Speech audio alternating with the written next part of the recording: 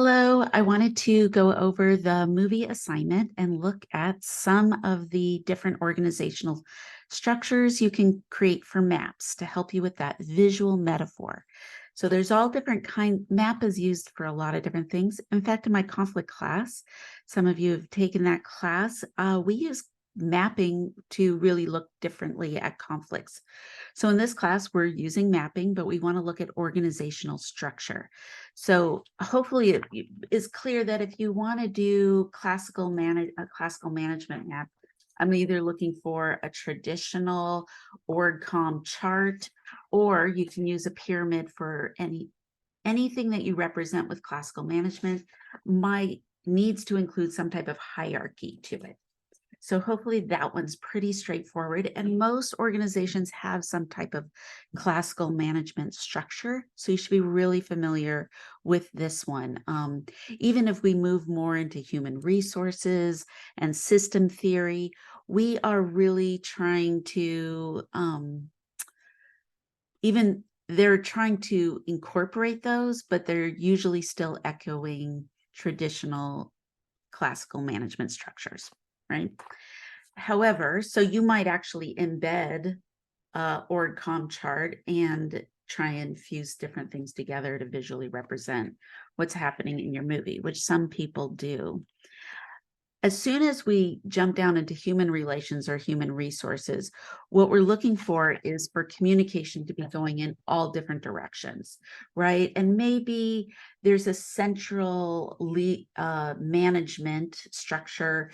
Maybe this is where you would include a little org-COM chart in your big one, but then because of human relations or human resources is looking for different interactions, things might get messy.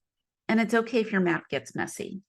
Another way you might represent this is through like a spine type of structure for your map, where you go down and then there's different things for different parts. Like maybe this is your linear storyline, but then different things happen in different to your characters or whoever you're focusing on in your movie.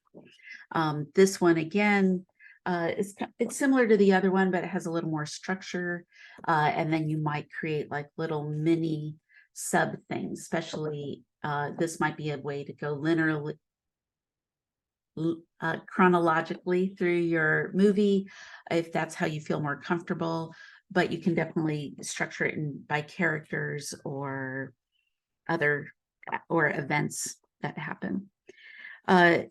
Definitely anytime we are in human resources, human relations, I want it to be a little less clear that communication is moving through a top down. I want to see communication move in different ways. I put in the metaphors that go with those management structures, just like I talked about in my lecture video. A family, so like a family tree, or a mechanical or a machine, and the interworkings and lockings of different things, uh, or roads, traffic. You could make like a map, like an actual map that looks more like a map. Maybe it'll even be folded. We'll see. Unfold the map and try and fold it back up. That'd be fun. Uh, Other things is to think about board games that you might play, like Monopoly or Sorry,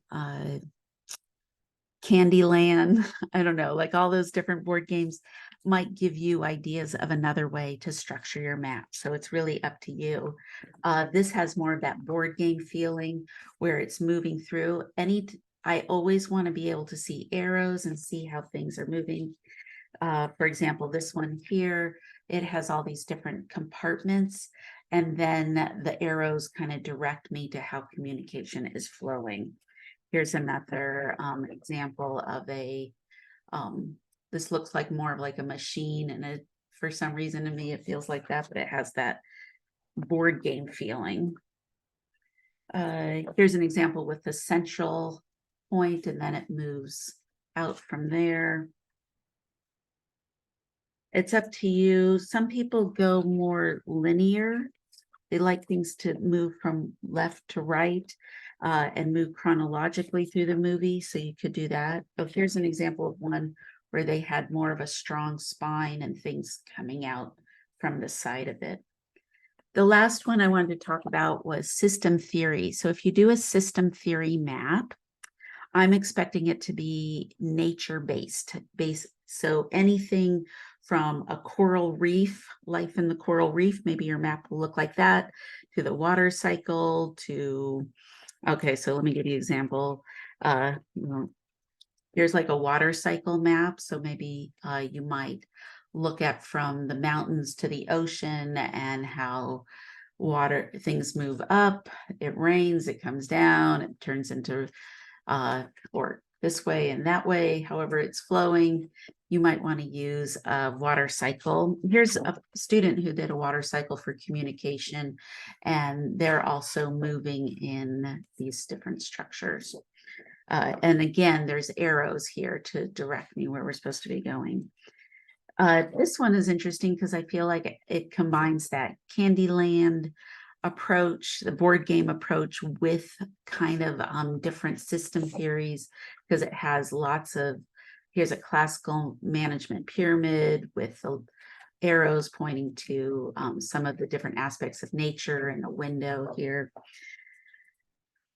Here's one where we're moving across. So that's, or here's one where we're going down the center, and then there's different ways that relationships are developing from different sides. This one was done by a student. They turned in roses, and they were doing analysis of The Bachelor. So that's why they used roses to look at the communication dynamics and power relationships. But each one of these roses opens up, and each leaf opens up with different concepts. So it just depends on what you want to do and how you want to represent your movie. And the reason why I ask for you to move in this way for this assignment is to really start that creativity flowing. The ones I showed you is just because I can hold them, are were all drawn by hand. If you do that, you can take a picture and post it, but you can do it digitally, or you can combine your efforts. It can be have color, it can just be all pencil, like this one, and that works as well too. As long as if you take a picture of it, I can read it. That's all I care about. All right, I'm looking forward to seeing your assignments, and I hope this is helpful.